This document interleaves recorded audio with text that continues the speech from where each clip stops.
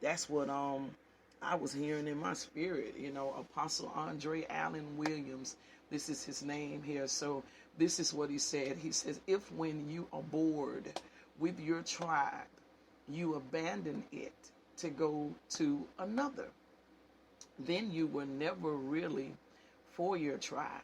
You were only for the triumphs of the tribe. Catch this now. Amazing. So, if when you were bored, right, with your tribe and you abandoned it just to go to another tribe, you were never really with your tribe. You were only for the triumphs of the trials. So check this out right here now. Hear me when I say this to you, because there is in anything there's always like a double-edged sword that comes in with it. So he uses the analogy of saying when you are bored with your tribe and you abandon it. So it's okay if y'all have your phones on speaker, but just make sure you mute it so it doesn't give back feedback. Okay, so it says if when you are bored, and so bored with your tribe now in connotation of talking about when there is when you are bored means that in this context of what he's saying is if like there is nothing that you are doing, you're not doing anything, you're just not you're not participating at all, and then you abandon the tribe to go to another tribe, then you were never really for your tribe. You were only for the triumphs of the tribe. So you were only just hanging around to get the victory that the tribe could produce. So it was nothing that you were trying to be a part of, nothing that you were trying to engage yourself in, just only looking for the benefits of what it could give to you. So when he talks about being bored, he's actually saying that when it's no longer beneficial for you. Oh boy, God, I told y'all I love this because it's real talk. I love it. It's real talk. It's when it's no longer beneficial for you, when there's nothing else that you sense that you can gain from the tribe, then you will abandon the tribe to go to another tribe. He says, well, then you were never really for your tribe. You were just only there for the triumphs of the tribe. We still just in the first little sentence or paragraph or whole. Okay, so let's go to the next one. It says then, the signs are always there, and you and I must recognize them.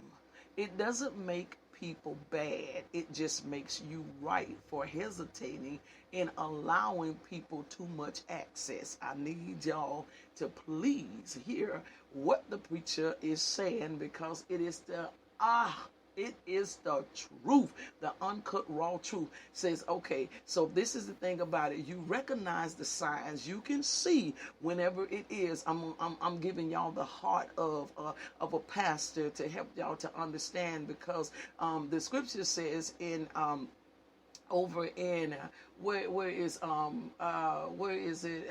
It's Ezekiel. Yeah, over in Ezekiel, he says that I will give you pastors after my own heart. So it is for you to really know the heart of the one that you are serving under. It is for you to know their heart. You better know their heart, because if you don't, then that's just a sad case for you. You need to know the heart of how they are operating. So he says in Ezekiel, he says, listen, he's telling Israel they found themselves in a place where they seemed to thought they were abandoned and all, and they needed someone. And the Lord said, hey, listen, I will give you shepherds after my own heart. I'm going to assign someone to you that has my heart. You're not going to have to try to worry about how it operates. It's going to be according to my heart. And so he says the signs are always there, and you and I must recognize them. So from the heart of a pastor, you can always tell when your people are backsliding. Hear me well. I've been sounding an alarm. I'm going to keep sounding an alarm. I don't care who gets upset about it. It just means it's you, because you backsliding. That's all it means. It's a sign. It is a warning, a cry. I am hollering as a pastor and as a intercessor. COVID-19 is causing people to backslide. They can fake the funk all they want, try to pretend like they are doing the things of God. They're still talking about, I'm praying and I'm reading my Bible. That's a lie from the pits of hell. It is nothing like it was when there was a true, authentic, engaging. It is nothing like that of the sort. It is backsliding. That is the one downside that was going to come out of this COVID thing. It was going to expose who was actually genuine in what they were doing and who was not genuine. I don't think y'all hear me. I told y'all I'm going to run through this troop. I'm going to run like David and leap over a wall. I'm going to get in there now. Listen, it is to expose, and that's exactly what it's doing. It's exposing people. There is a certain aura that comes from someone that is submitted and committed. There is a certain fragrance that comes from us when we are hooked in like we are supposed to be hooked in. You don't carry the scent. When the scent done started leaving, Lord have mercy. He says, look, this is what he says here. I love this man, don't even know him, but he's coming with truth. I love a man or a woman of God that will tell the truth and not be ashamed to tell the truth. He says, look, I'm sharing my screen. Y'all see it. I'm in the second paragraph right here where it says the signs are always there. Think it's not known. Yes, it is. It is seen. The signs are always there, and you and I must recognize them. It doesn't make people bad. It just makes you right for hesitating in allowing people too much access. Now, this in context of what he's talking about is he's saying that it is dangerous, that it is a very dangerous thing for you to still allow people to have a certain amount of access to you once you see that they are falling away. Let's talk about that for a minute, y'all. Let me see if I can get some input in on this tonight. I'm gonna calm down to let y'all talk tonight. I need somebody to tell me, why do you think that it is dangerous for you to continue to give someone access, that the signs is there, that they are slipping away, that they have fallen or they are falling by the wayside? Why would you think that it is dangerous for you to give access to them? Tell me why. Let's talk about it. Who wants to answer it? Why do you think that it would be dangerous to give that type person access to you? Why? I say because the Holy Spirit is what keeps and guides, and just having meditation on the day about the different things and thoughts or whatever. And it's kind of like you have to be careful of even, you know what I'm saying, even with the conversation other than the conversation in your mind, you know what I'm saying, when things start to be negative, you know what I'm saying, they're not being covered under the Spirit of God. So when they're not being covered, anything goes because they're not operating in the Spirit. The Spirit gives strength and endurance and extra power to submit yourself. That's just backing away from your level of submitted. So you're not going to say, you know what I'm saying, I better not say that. You're going to say it anyway because at this point, I hate to say, I don't care mode. You have a lack of concern concerning different things. It matters.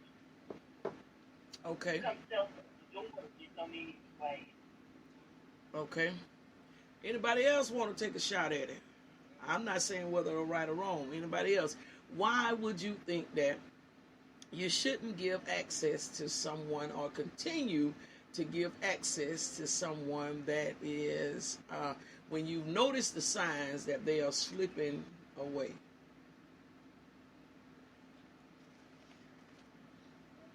Good afternoon. Because, like on the day of Pentecost, everybody in that room was on the same accord. God moved not in confusion. He moved in peace and harmony. If you keep fooling them, it's sort of like they said when you play with a puppy, he'll lick you in the face. If you know a person has got walking in a sabotage spirit, it's best to be away from you. From afar, many are called, but few are chosen. And if you're the chosen leader, you automatically know your sheep. If you got one coming in that's not of your flock, it's best to get your flock in a group and tell your flock, hey, we got one in that's not of us. Because that one whole barrel. Okay. All right. Anybody else? Why would you think that you would separate, or if you've seen a sign that someone is not connected, or as they were or as they should be? If you've seen the sign, why would you think that you should be hesitant in giving them access? Why should you withhold a complete access to them? Why? Because you operating under the Holy Ghost, but they operating in the flesh. So you doing what God is telling you to do, but they doing what they want to do. Okay. All right. Anybody else? Anybody else want to share? Anybody else want to share? If you done saw the sign that someone is not walking with you as they were, or not walking with you, why would you be hesitant in giving them too much access? Anybody else? I think I'd like to add that those will be the ones that interview you. Well, not even just you. It's free game. At that point, you're giving them free access to something that's sensitive and sacred to use against you or the Holy Spirit or whatever entity you're representing. Okay. All right. Anybody else? The question that we're asking right now is this here. If you have seen the signs that someone is not for you or they are no longer for you, what would make it right for you to be hesitant in allowing them access? Or why is it right that you would deny them access to you? Cross contamination. They can contaminate stuff. Especially if you're doing stuff in your heart, ain't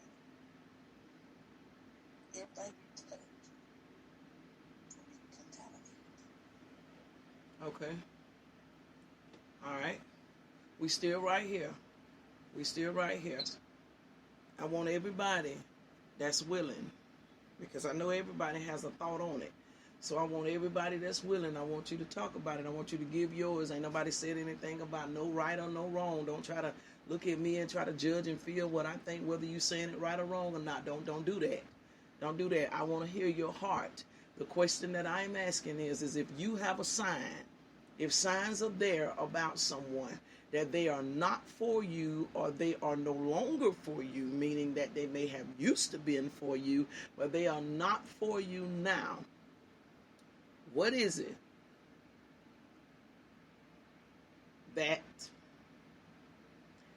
why is it okay for you to be hesitant in giving them access? Tell me why. What's your reason of why you could justify the fact of not giving them access to you?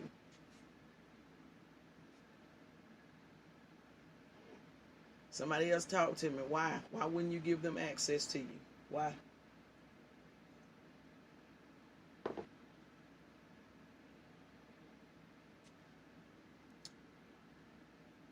I believe it's because at some point they would, if you actually rub them the wrong, they're already in the mindset of rebellion. They're already walking in the spirit of rebellion. So if the pastor or one of the members come at them a certain way, they will try to manipulate or try to what's the word I'm looking for? They will try to sabotage the ministry by I guess you could say go outside of the ministry and just start gossiping, negativity, or saying bad things about the church, or saying certain things that really isn't true. And to give someone access, that's